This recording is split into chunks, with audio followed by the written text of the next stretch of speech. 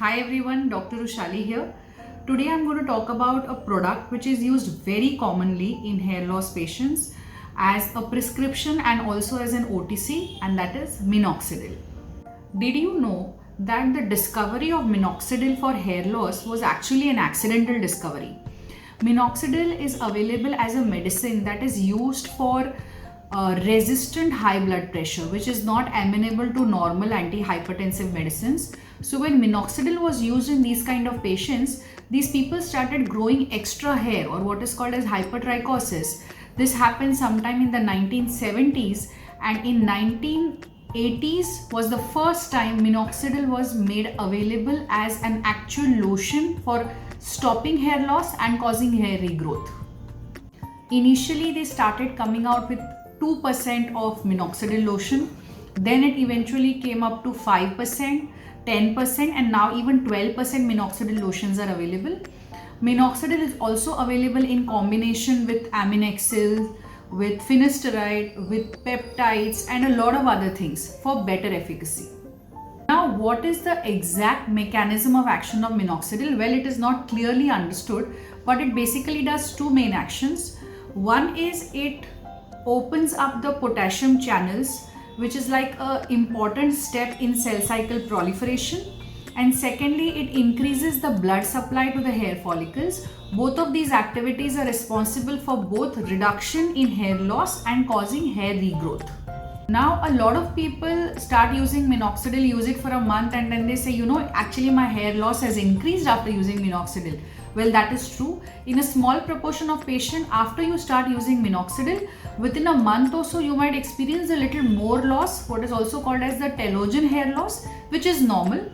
And for you to actually see the benefit of hair regrowth or stoppage of hair loss, you have to use it for at least 3 to 4 months. Now, when you start using minoxidil, you will either be getting 2% or 5% or 10%. What I generally recommend is for both men and women, start with a 5% minoxidil once a day. Men can actually even make it twice a day. Use it once in a day. Don't use it just before you go to sleep. Use it at least 1 hour before you go to sleep. It is available as a lotion, as a spray, as a foam, or as a gel.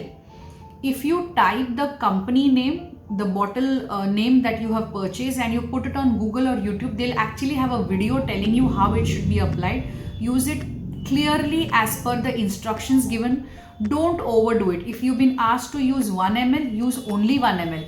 Using 2 ml or using it 3 times a day is actually going to give you side effects and not bring up the effects earlier. Use it in the correct amount at the correct time on the affected areas.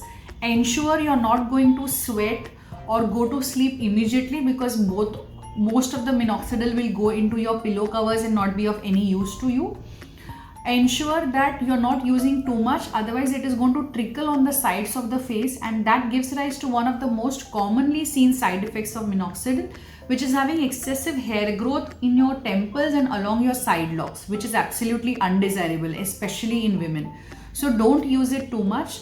After you use minoxidil, wash your hands thoroughly. What you can experience with minoxidil is your scalp will tend to become a little itchy, a little flaky, and may even worsen your dandruff. This is typically because minoxidil generally as a solution is based in either ethanol or propylene glycol. For those who experience a lot of irritation, there are some foam based formulations which are free of the alcohol, and that can be of some benefit to you. If you continue using minoxidil for 4 to 6 months and you're not seeing any response, this is also a good time to go and visit your dermatologist to actually identify if you need to be started on any tablets in addition to minoxidil, or you need to be started on some kind of platelet-rich plasma or microneedling procedures in addition, because just using minoxidil may not be enough. What happens when you stop minoxidil? Well, unfortunately, within 4 to 6 months of stopping minoxidil, you can actually go back to square one. So your hair which had regained, you can actually lose your hair. So you have to undergo a proper counseling with a dermatologist before you kickstart your minoxidil journey.